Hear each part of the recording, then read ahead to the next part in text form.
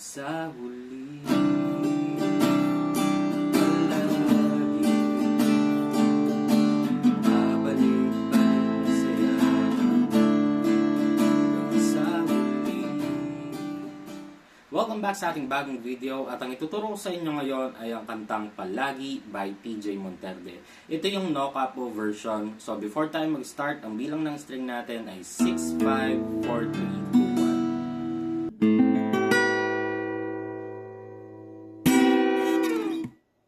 So, umpisan na natin sa ating verse. Yung unang chords natin ay G. So, yung G natin, ito ay 6, 5th string to, 2nd string to, and 1st string to.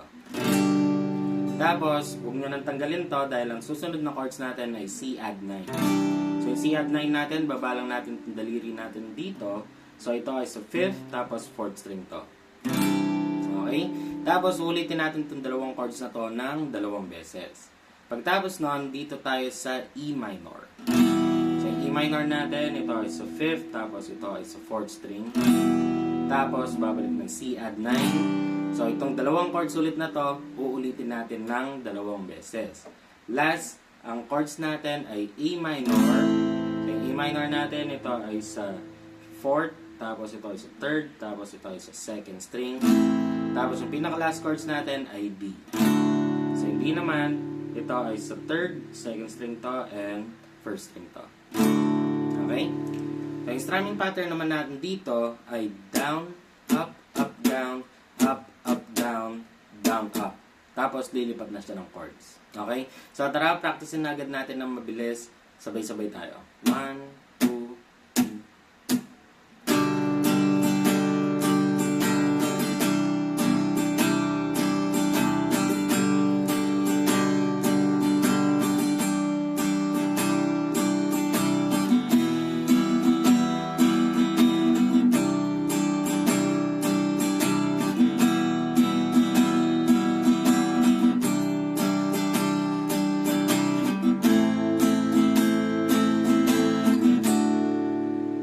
So, dito naman tayo sa chorus. Yung unang chords natin ay C add 9. Tapos, G over B. So, yung G over B natin, ito is sa 5th string.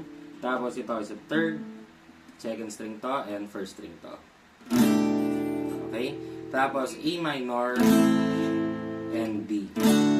So, itong mga chords natin, uulitin natin ng dalawang beses. Pagkatapos nun, ang next chords natin ay A minor, tapos D, then E minor ulit. Ang last chords natin ay G. Okay? Tapos yung strumming pattern natin dito, same na same pa rin doon sa ating nauna. So, practice na natin ng sabay-sabay yung chorus. 1, 2, hanggang sa huli.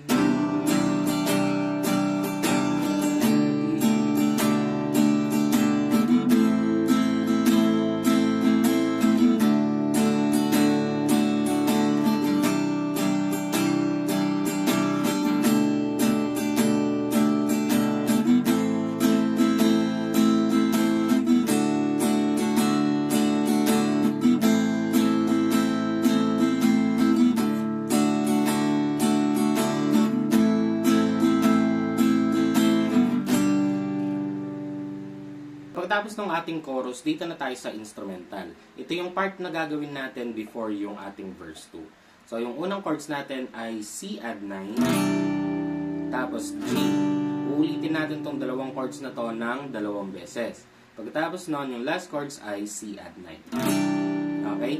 Tapos yung strumming pattern naman natin, kagaya lang nung nauna, pero pag napunta na kayo dito sa pangalawang G, okay? Ang strum natin dito ay down, up, up, tapos, dito na agad sa last chords. Okay? Tapos, kung gusto nyo matutunan yung solo neto, i-comment nyo lang dyan sa baba. Pero papakita ko na sa inyo dito sa papracticein natin ng instrumental. Tara, sabay-sabay natin practicein tong instrumental. 1, 2, 3.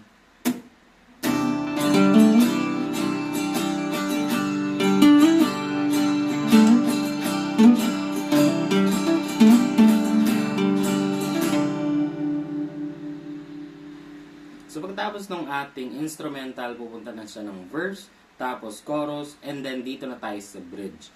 Ito na yung part na pagdating ng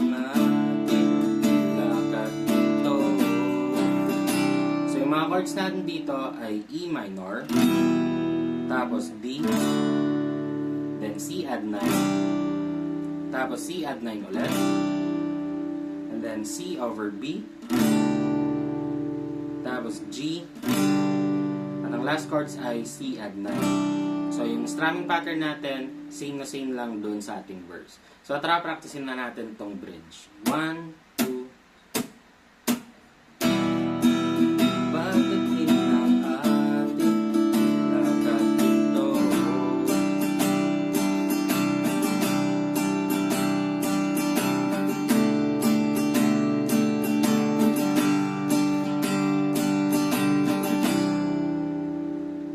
pagtapos ng ating bridge, babalik siya ng chorus, tapos na yung kanta. So, di ba, sobrang dali lang ng kantang to. At kung gusto mo yung mga ganitong kadadaling guitar tutorial, mag-subscribe ka na at i-hit mo na yung notification bell para lagi kang updated sa ating mga videos. At kung meron kang gustong kanta na tugtugin sa gitara, i-comment mo lang dyan sa baba at gagawa agad natin yan ng video. So, hanggang dito na lang tong video ito. Maraming salamat sa panonood. Ako si Max from Guitar Tips and peace out.